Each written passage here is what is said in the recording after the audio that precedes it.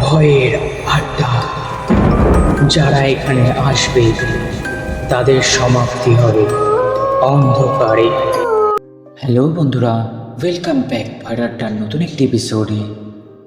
তো বন্ধুরা, আজকে যে ঘটনাটি বলবো সেটি আমাকে অর্ণব পাঠিয়েছে। তো অর্ণব যেভাবে আমাকে ঘটনাটি পাঠিয়েছে আমি ঠিক একইভাবে পড়ে শোনাচ্ছি। তো চলো বেশি কথা না বাড়িয়ে সরাসরি যাই আজকের ঘটনায়। আমি জানি না আপনি এসব বিশ্বাস করবেন কি না, কিন্তু যা আমার সাথে ঘটেছে সেটা কোনো কল্পনা নয়। কারণ একই স্বপ্ন আমি টানা 6 মাস ধরে দেখেছি। সব শুরু হয় গত বছরের শীতকালে। প্রথম রাতে আমি দেখলাম আমি যেন অন্য একজন মানুষ, কিন্তু স্বপ্নে আমার নাম অর্ণব নয়।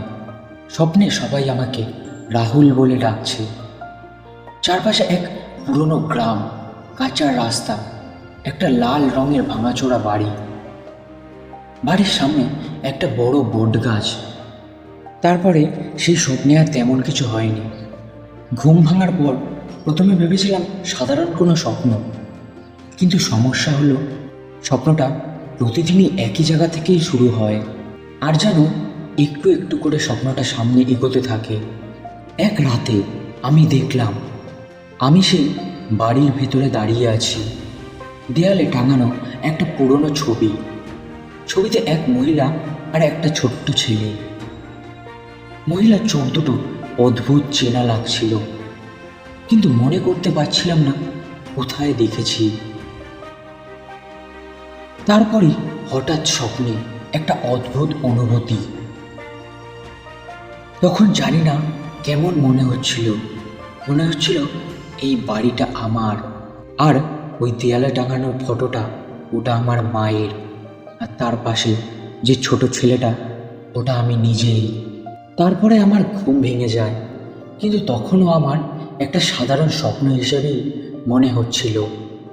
তারপরে সবচেয়ে ভয়ানক অংশটা ঘটল এক পূর্ণিমার রাতে।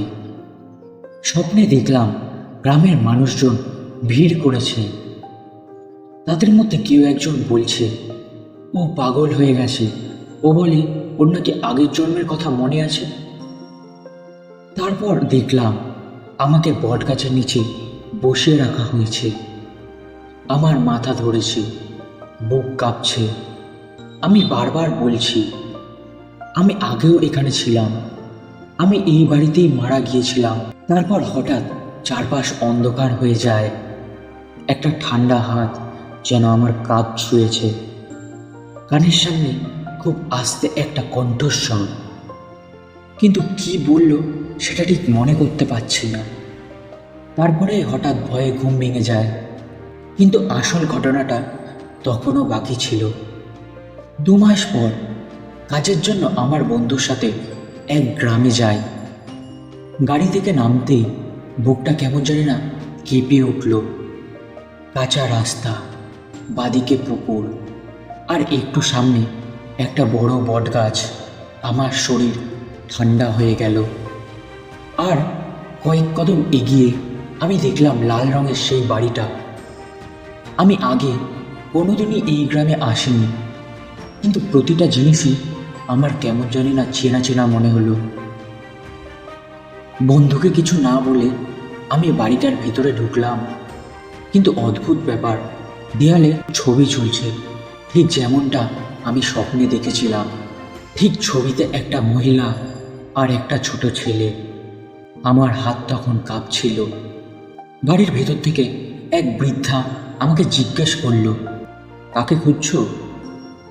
আমি অজান্তেই বলে ফেললাম, রাহুলের বাড়ি এটা, তাই না? বৃদ্ধার মুখটা তখন কেমন অদ্ভুত হয়ে গেল। তিনি বললেন, হ্যাঁ, কিন্তু রাহুল তো 15 বছর আগে মারা গেছে। আমি তারপর বৃদ্ধাকে সব খুলে বললাম যে আমি রাতে এমন এমন স্বপ্ন দেখছি। বৃদ্ধা বলল, মাথা খারাপ হয়ে গেছে নাকি, পাগল আছো? সেই বৃদ্ধা কেমন একটি ভঙ্গি করে ভেতরে চলে গিয়েছিল। ভেবেছিল হয়তো আমি পাগল। তো তারপর থেকে আমি আর তেমন কোনো স্বপ্ন দেখি না। হতে পারে সেই রাহুলই আমার আগের জন্ম। তো বন্ধুরা, এই ছিল আজকের ঘটনাটি কেমন লাগলো তোমরা প্লিজ কমেন্ট করে জানিও। আর এরকম আগের জন্য কি সত্যি দেখা যায় কিনা তোমাদের মধ্যে যদি কেউ জানা থাকে তাহলে আমাকে কমেন্ট করে জানিও।